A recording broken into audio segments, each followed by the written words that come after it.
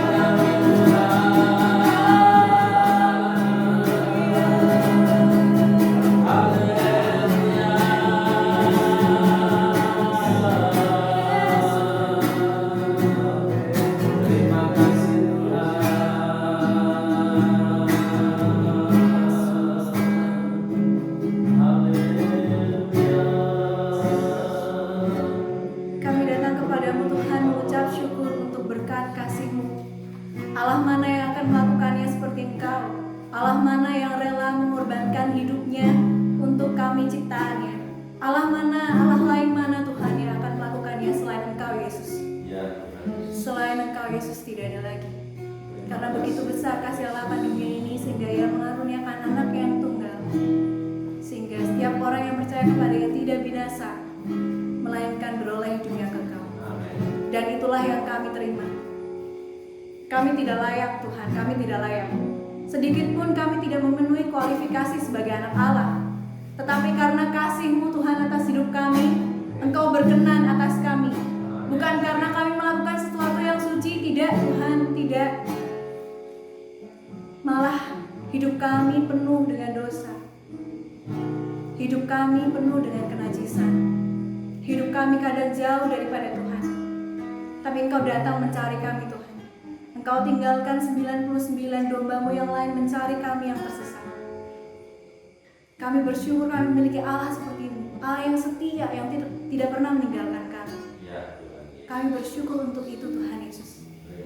Dan hari ini kami mau memperingati kematian-Mu di atas kayu salib.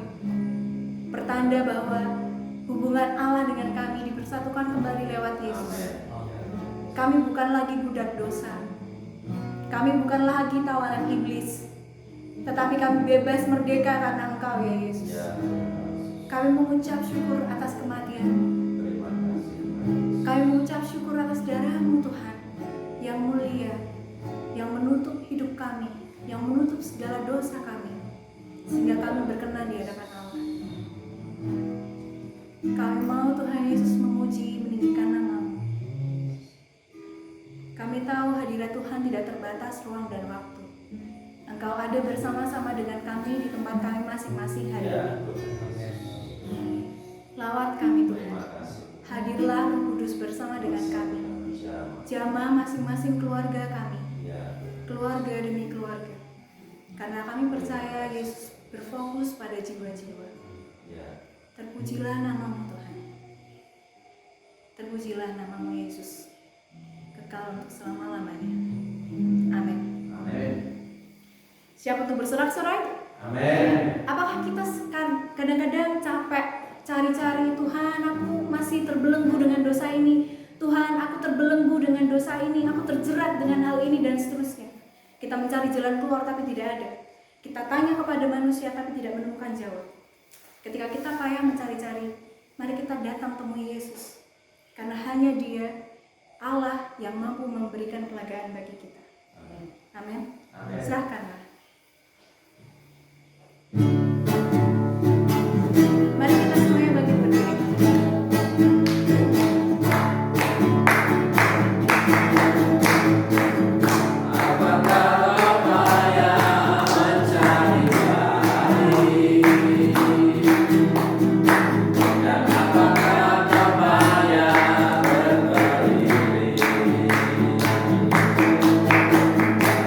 Bye.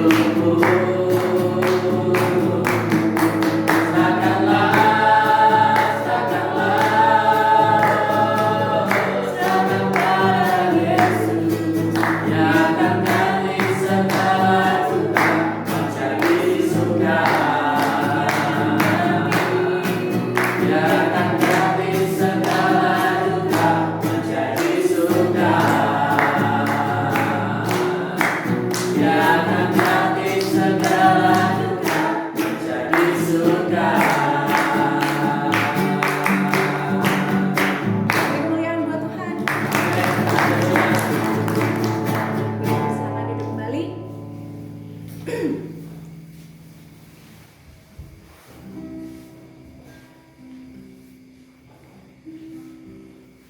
sekali lagi saya mengajak Bapak Ibu Saudara untuk bersaat teduh sejenak. Kita mau mengucap syukur akan karya penebusan Kristus atas hidup kita. Sambil dengan bersungguh-sungguh kita akan mengangkat satu pujian ini, bahwa hidup kita berharga bagi Allah. Tidak peduli siapapun kita, tapi Allah melihat kita jauh di dalam hati kita.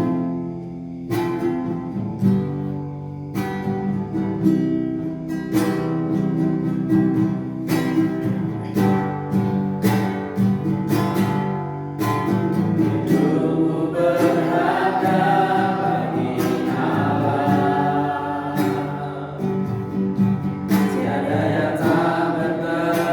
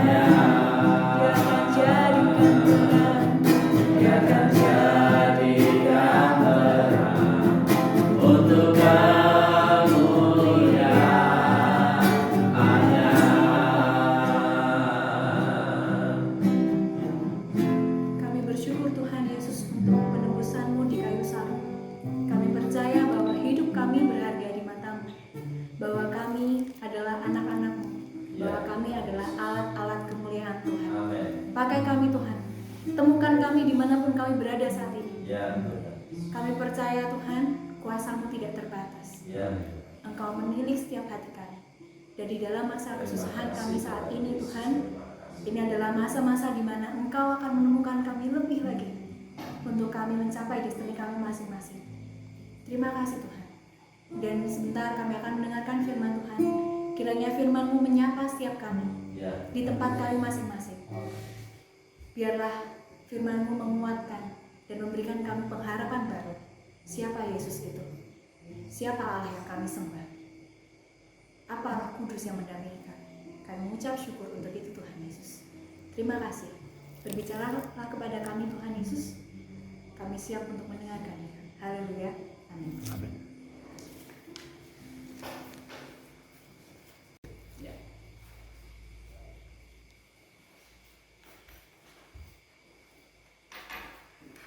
Ya, puji Tuhan. Shalom. Shalom. Selamat petang menjelang malam, Bapak Ibu saudara yang terkasih, jemaat yang diberkati oleh Tuhan. Saya ucapkan juga selamat ibadah dalam rangka Jumat Agung.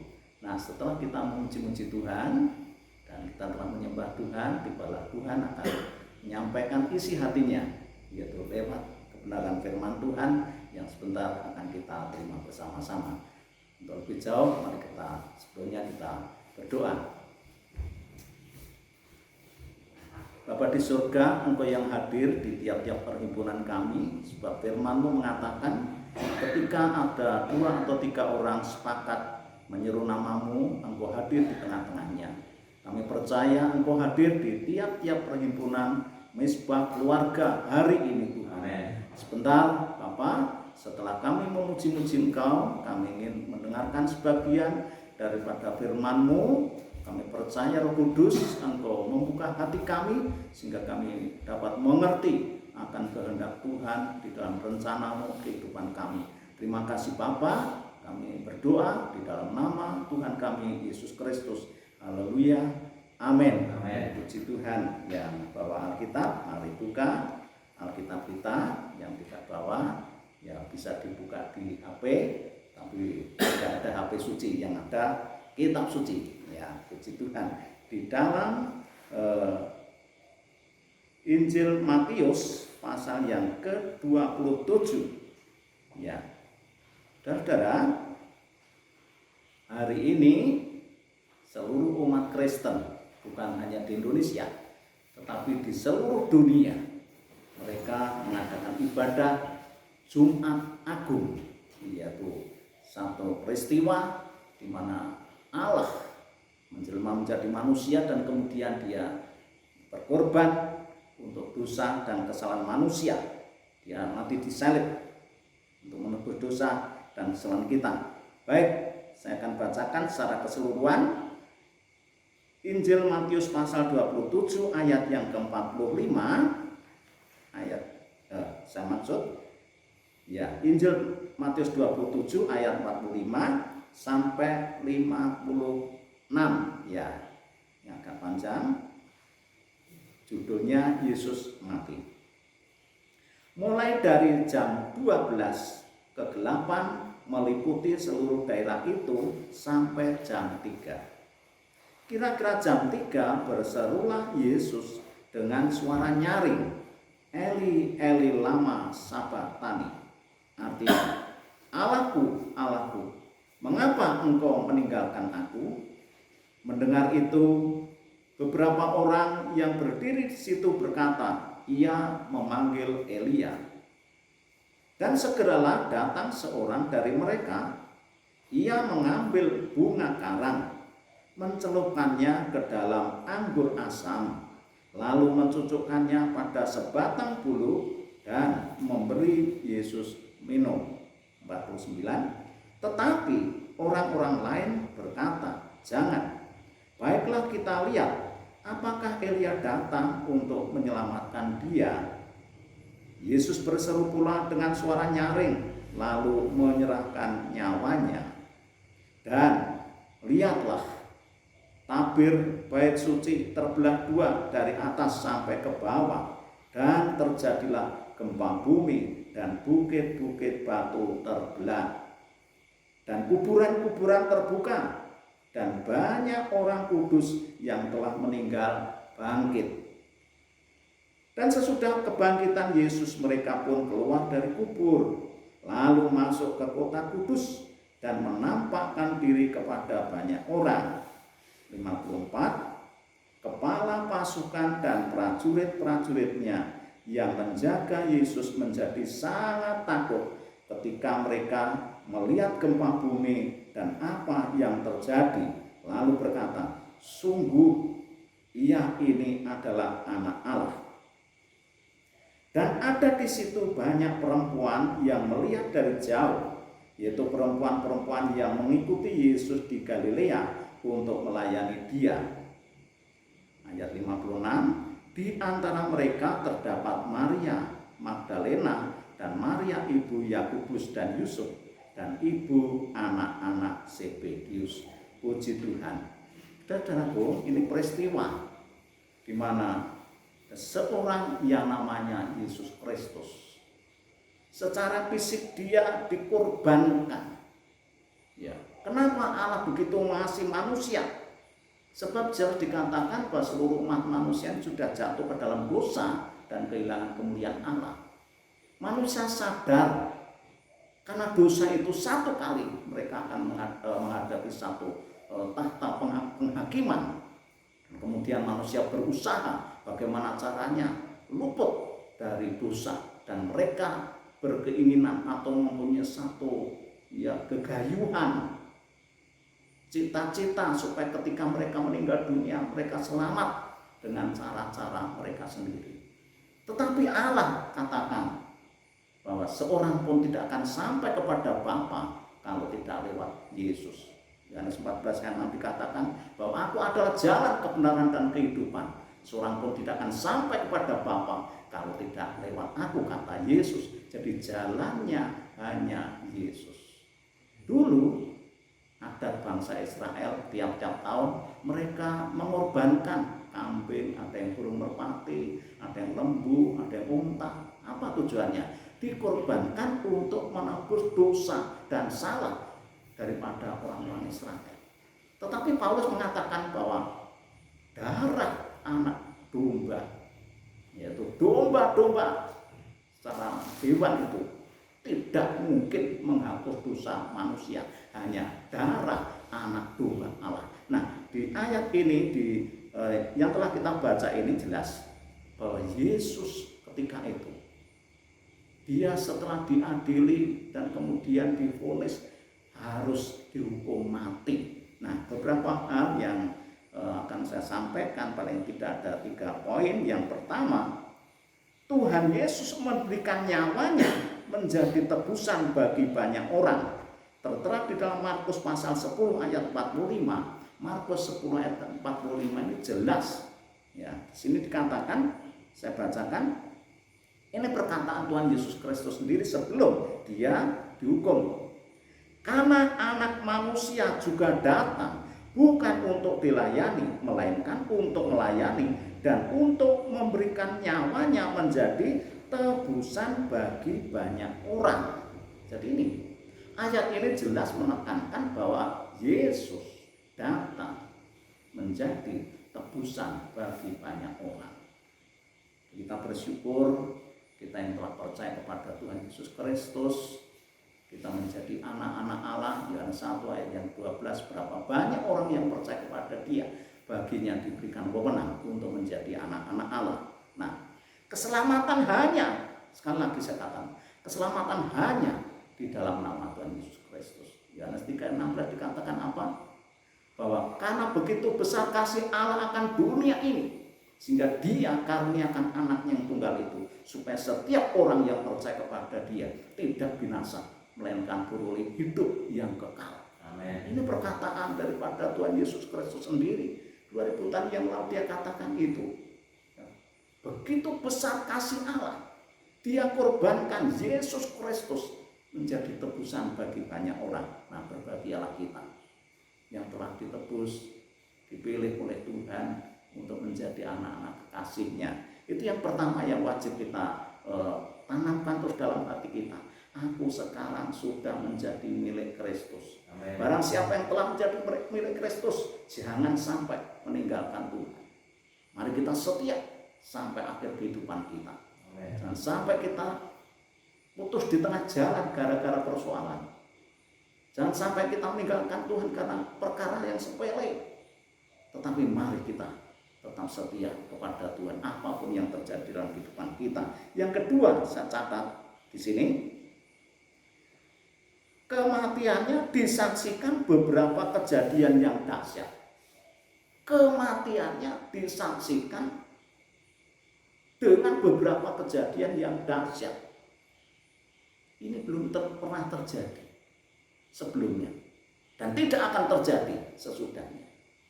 Peristiwa itu hanya terjadi ketika Yesus mati di kayu salib dan kemudian alam ikut berbicara, alam ikut menyaksikan. Tertera di dalam pasal 27 ayat yang ke-52 51 52, saya ingin bacakan lagi. Coba perhatikan. Dan lihatlah, tabir bait suci terbelah dua dari atas sampai ke bawah, dan terjadilah gempa bumi dan bukit-bukit batu terbelah. 52, dan kuburan-kuburan terbuka dan banyak orang kudus yang telah meninggal bangkit. Bukankah merupakan satu bukti? Ternyata fenomena alam juga berbicara. Ketika Yesus mati di kayu salib, bukan seperti orang-orang yang biasa meninggal dunia. Kita seringkali melayat dan kita datang ke rumah duka melihat ada orang atau saudara kita, tetangga kita yang meninggal dunia. Tidak pernah terjadi, paling terjadi tangisan di sana. Tetapi ketika Yesus mati, coba perhatikan, terjadi gempa bumi. Terjadi gempa bumi yang dahsyat, bukit-bukit batu terbelah. Bahkan dikatakan orang-orang kudus yang sudah meninggal dunia di dalam kuburan, mereka bangkit. Dan pada waktu Tuhan Yesus bangkit dari antara orang mati, orang-orang itu juga naik ke surga, ke surga, ke rumah kudus Tuhan. Nah, mari saudara-saudaraku, kita mengerti Tuhan kita luar biasa. Amin. Tuhan kita luar biasa. Amin. Di segala situasi, bahkan kita seringkali menyanyi, musim seperti apapun Tuhan itu tetap menyertai dalam kehidupan kita. Bukan saja ketika Tuhan Yesus mati di kayu salib dan kemudian terjadi mujizat-mujizat, dunia digemparkan dengan beberapa peristiwa. Bahkan di situ dikatakan tentara-tentara, orang-orang yang menyalib Tuhan Yesus, mereka terkejut, mereka takut karena melihat satu kedahsyatan yang luar biasa. Saudaraku, mujizat Tuhan bukan saja berbicara lewat fenomena alam. Mujizat Tuhan terjadi di dalam kehidupan kita. Ketika kita susah, kita berdoa, mujizat terjadi, Tuhan berikan sukacita.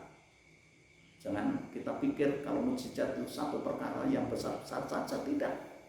Perkara-perkara yang kelihatannya kita anggap sepele, tetapi ketika kita mengerti bahwa itu sebuah mujizat yang Allah berikan pada kita. Coba bayangkan ketika kita bangun tidur dan mata kita masih bisa melihat keluarga-keluarga kita, paru-paru kita, tubuh kita, seluruh organ tubuh kita masih berfungsi dengan baik. Bukankah ini merupakan sebuah mujizat? Kita harus hargai itu. Kemanapun kita pergi, kita dijagai, dilindungi, dituntun, dibimbing oleh Tuhan. Itu mujizat. Saya merasakan itu. Oleh sebab itu mari, segala sesuatu yang Allah kerjakan di dalam kehidupan kita, mari kita hargai sebagai sebuah mujizat. Yang berikutnya di sini dikatakan, yang ketiga saya catat, terjadi pengakuan yang terlambat. Terjadi pengakuan yang terlambat. Saya ingin bacakan ayat yang ke-54, ayat yang ke-54.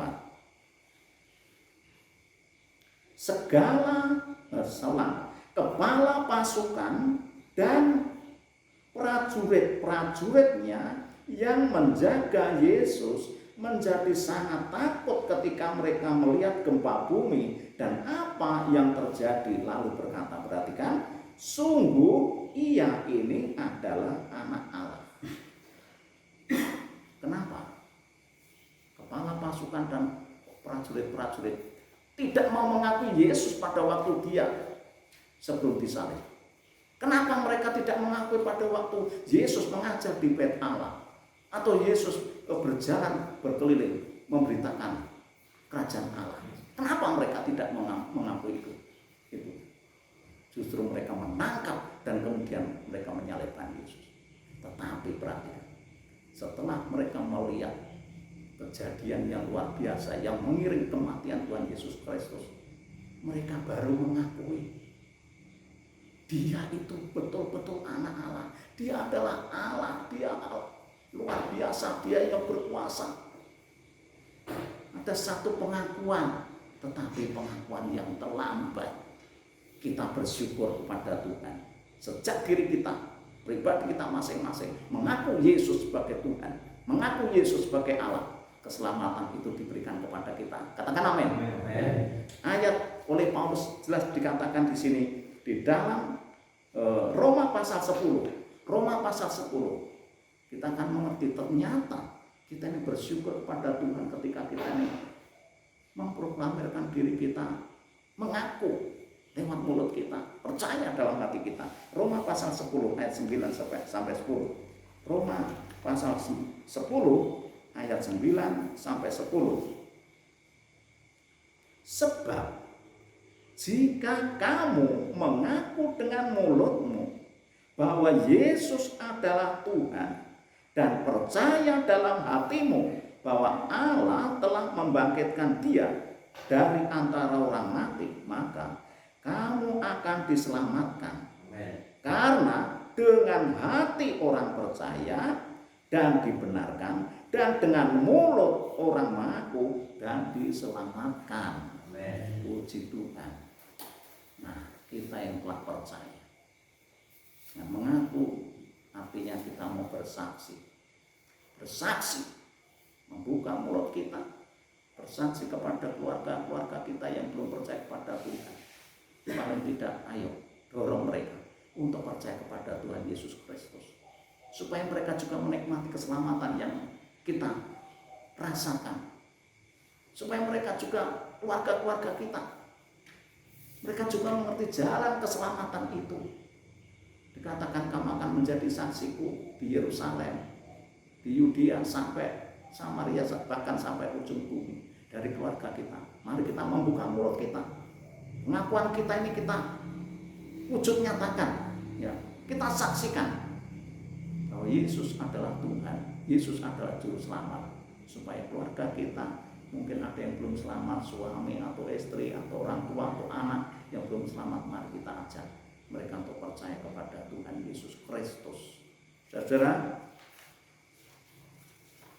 hal yang perlu kita tekankan hari ini, mari dalam ibadah Jumat Agung ini, walaupun situasi negeri kita ya kurang menguntungkan atau mungkin banyak sekali berita-berita yang membuat kita ini takut, cemas, gusar, kurang nyaman, tapi mari kita bersyukur kepada Tuhan. Walaupun kita tidak beribadah di gereja kita, tetapi kita beribadah di keluarga kita masing-masing. Saya percaya Tuhan hadir.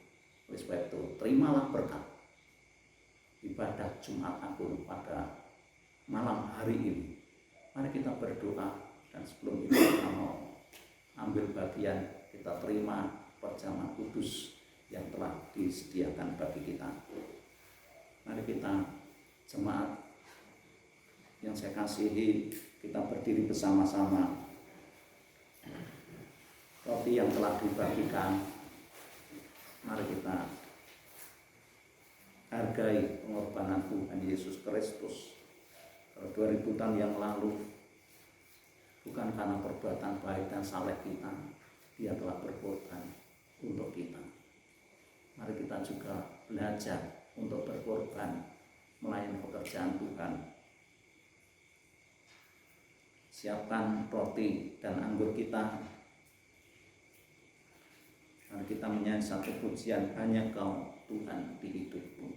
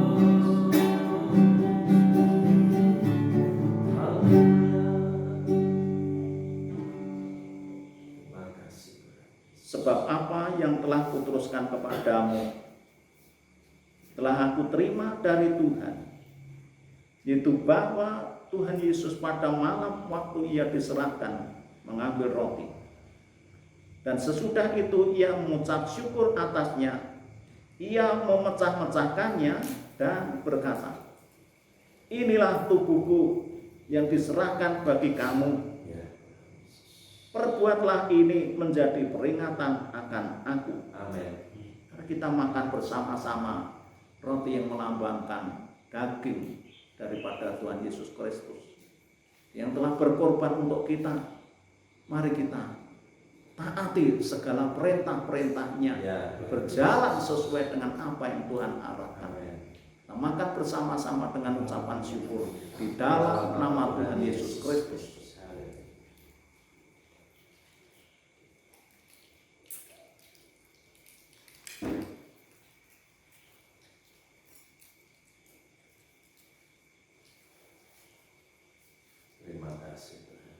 Demikian juga ia mengambil cawan sesudah makan, lalu berkata, cawan ini adalah perjanjian baru yang dimeteraikan oleh darahku. Perbuatlah ini setiap kali kamu meminumnya menjadi peringatan akan aku. Sebab setiap kali kamu makan roti ini dan minum cawan ini, kamu memberitakan kematian Tuhan sampai ia datang. Mari kita minum bersama-sama dengan ucapan syukur di dalam nama Tuhan Yesus Kristus.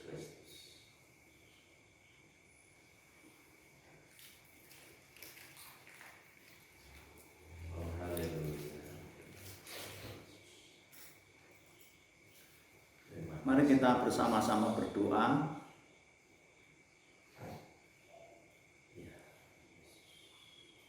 Bapa di surga, kami bersyukur untuk ibadah Jumat Agung yang telah berlangsung dengan baik. Oleh karena penyertaan Tuhan dan pertolongan Tuhan, Terima kasih. kami dapat melaksanakan dengan rasa syukur. Kami telah menerima berkat Tuhan. Kami telah bersekutu bersama di dalam keluarga kami masing-masing. Dan kami telah menerima sebagian daripada firman-Mu yang mengingatkan betapa bahagianya kami ketika Engkau berkorban untuk menebus dosa dan kesalahan kami. Ya, Tuhan. Terima kasih Bapa, terima kasih Tuhan. Ya, Kalau ada di antara kami yang seringkali membuat hati Tuhan kesal, membuat hati Tuhan tidak senang, malam hari ini biarlah kami mohon dengan kerendahan hati kami, bila darah Tuhan Yesus Kristus membasuh dosa dan kesalahan kami, Ya. sehingga ke depan kehidupan kami seluruh umat-umat Tuhan lebih lagi mempermuliakan nama-Mu. Ya. Terima kasih Tuhan, terima kasih. Sebentar juga kami boleh tinggalkan Tuhan rumah kami, mungkin ada yang bergabung, kami akan kembali ke rumah kami masing-masing. Tuhan tolong kami dan jumpakan kami pada hari Minggu yang akan datang di dalam ibadah kebangkitan Tuhan kami Yesus Kristus. Terima kasih Tuhan, Engkau memberkati keluarga-keluarga Kristen, Engkau memberkati seluruh pelayan-pelayan Tuhan. Bahkan pada saat ini juga kami tidak lupa kami berdoa untuk kota kami Salatiga, Ya. untuk provinsi Jawa Tengah, Ya. untuk negeri kami Indonesia. Tuhan, Engkau melihat keberadaan bangsa dan negeri kami yang sekarang dilanda dengan Tuhan penyebaran virus corona. Mari Tuhan, Kau nyatakan belas kasihan-Mu untuk bangsa dan negara kami Bapa. Engkau memberkati pejabat pemerintahan kami dari presiden, wakil presiden sampai kepada aparat terendah RT RW. Bapa, hikmat marifat daripada Engkau turun atas mereka, sehingga dapat segera mengatasi Tuhan permasalahan bangsa kami, sehingga bangsa kami segera Engkau pulihkan. Amin. Dan kami boleh bersukacita di dalamnya. Terima kasih Bapa, terima kasih Tuhan Yesus Kristus. Inilah doa kami, inilah permohonan serta ucapan kami, ucapan syukur kami Tuhan. Kalau demikian jemaat, terimalah berkat yang berupa damai sejahtera Amin. yang bersumber dari Allah Bapa, serta kasih sayang di dalam Tuhan kita Yesus Kristus, serta persekutuan di dalam kuasa Roh Kudus menyertai kita dari sekarang sampai selama-lamanya. Haleluya, amin.